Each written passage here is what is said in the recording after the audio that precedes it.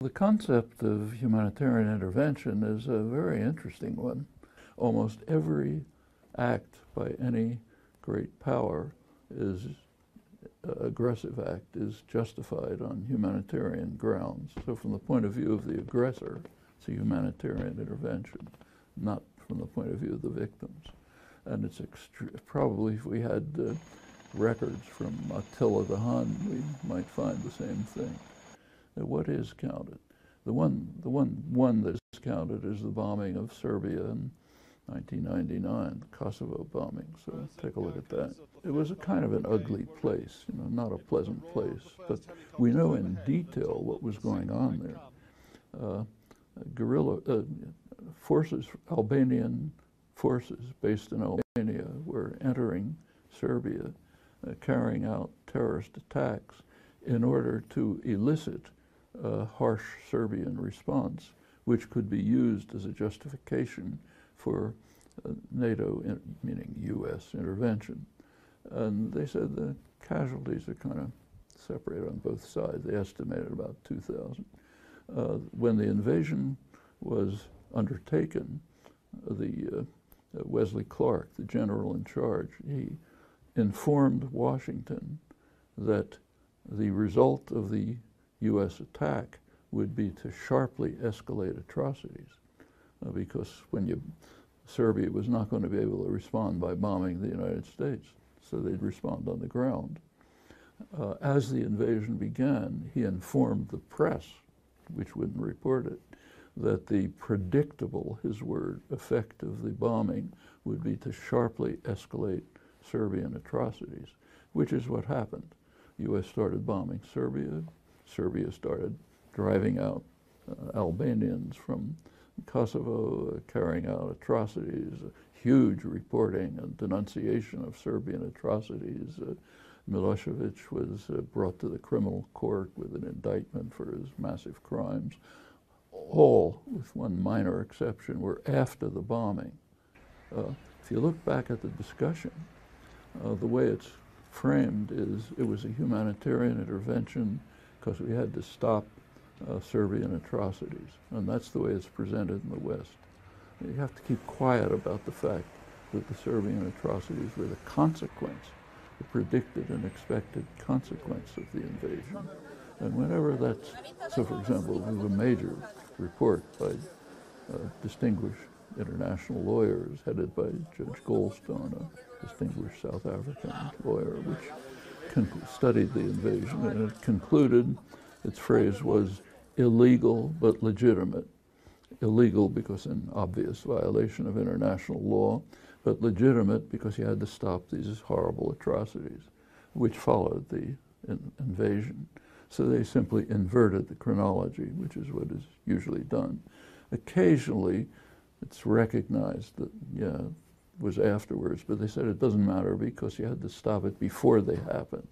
So we invaded in order to prevent atrocities which were caused by the invasion. So that's the major humanitarian intervention. And shortly after the invasion, the issue of humanitarian intervention was placed on the international agenda because there had been this marvelous example of it. And there are two different conclusions drawn. One was by the United Nations. The United Nations General Assembly had a strong resolution about what's called responsibility to protect. It basically reiterates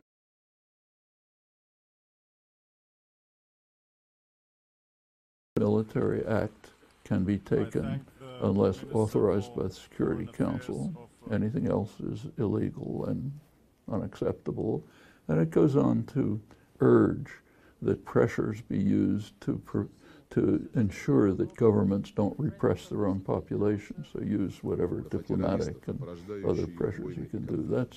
That's the formal responsibility to protect. There's another one. A commission was set up headed by Gareth Evans, the former Australian Prime Minister, the Evans Commission. And that gives a long discussion of responsibility to protect. It's about the same as the UN version with one difference.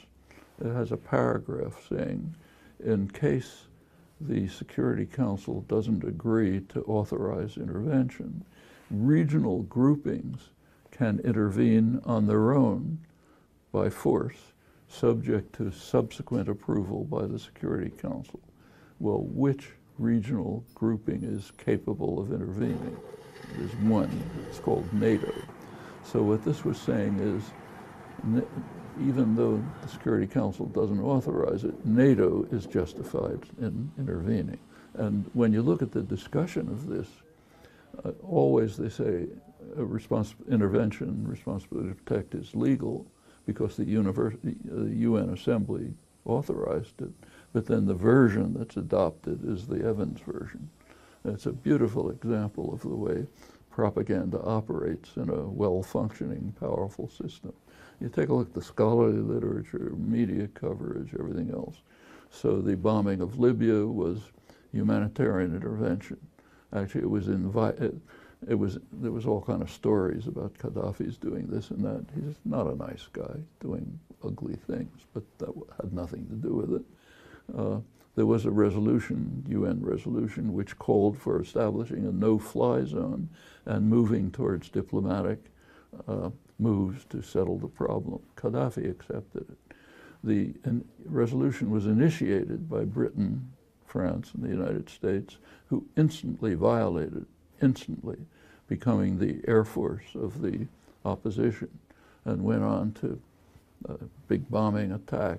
Finally, it ended up murdering Gaddafi, ended up killing probably 10,000 or more people, much more than anything that had happened before. It left Libya a total wreck as it is today, with in the hands of warring militias. There was a huge flow of jihadis and arms into the Levant, West Asia, but also mainly into West Africa, which has now become the major source of radical terrorism in the world, largely a consequence of the so-called humanitarian intervention in Libya. And you look at case after case, and that's what they're like.